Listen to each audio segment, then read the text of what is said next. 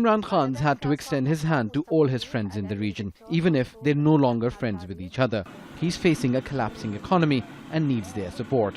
Even an afternoon snack has become a luxury for many of his countrymen.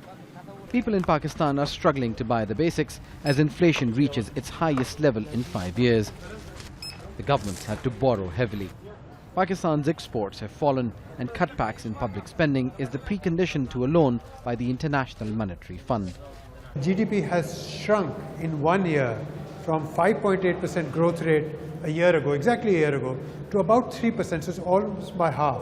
So at this stage, when the government is agreeing to an IMF package which requires a great deal of tax effort and requires very strong sort of sense of getting revenue from the people, when the economies collapse, it's going to be a killer. It's going to be very, very difficult. But balancing economic interests with regional politics is a delicate task. Pakistan has strained relations with India and Afghanistan, its neighbours on the western and eastern borders. But from China to Saudi Arabia, it's forging closer ties with a range of countries that don't always see eye to eye. Despite a $20 billion deal with Saudi Arabia, Pakistan insists it will not get militarily involved in the Saudi-UAE-led war in Yemen and has continued relations with Iran.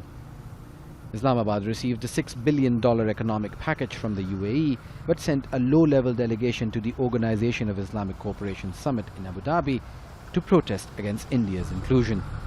And Pakistan's remained an ally to Qatar even after receiving financial assistance from both the UAE and Saudi Arabia, two of the 4 GCC countries which are blockading Qatar. Diplomats say it's a tightrope to walk in a tough neighborhood. Aggression is something we oppose. The aggressor, whoever he may be, we oppose. Ours is a positive neutrality. It's a constructive neutrality. And they must all know we will fight. Our people will die if necessary because they are our friends. And they have shown us in times of our need that they stand with us, fine. But we will not be used by any one against the other. And that balanced approach seems to be paying off.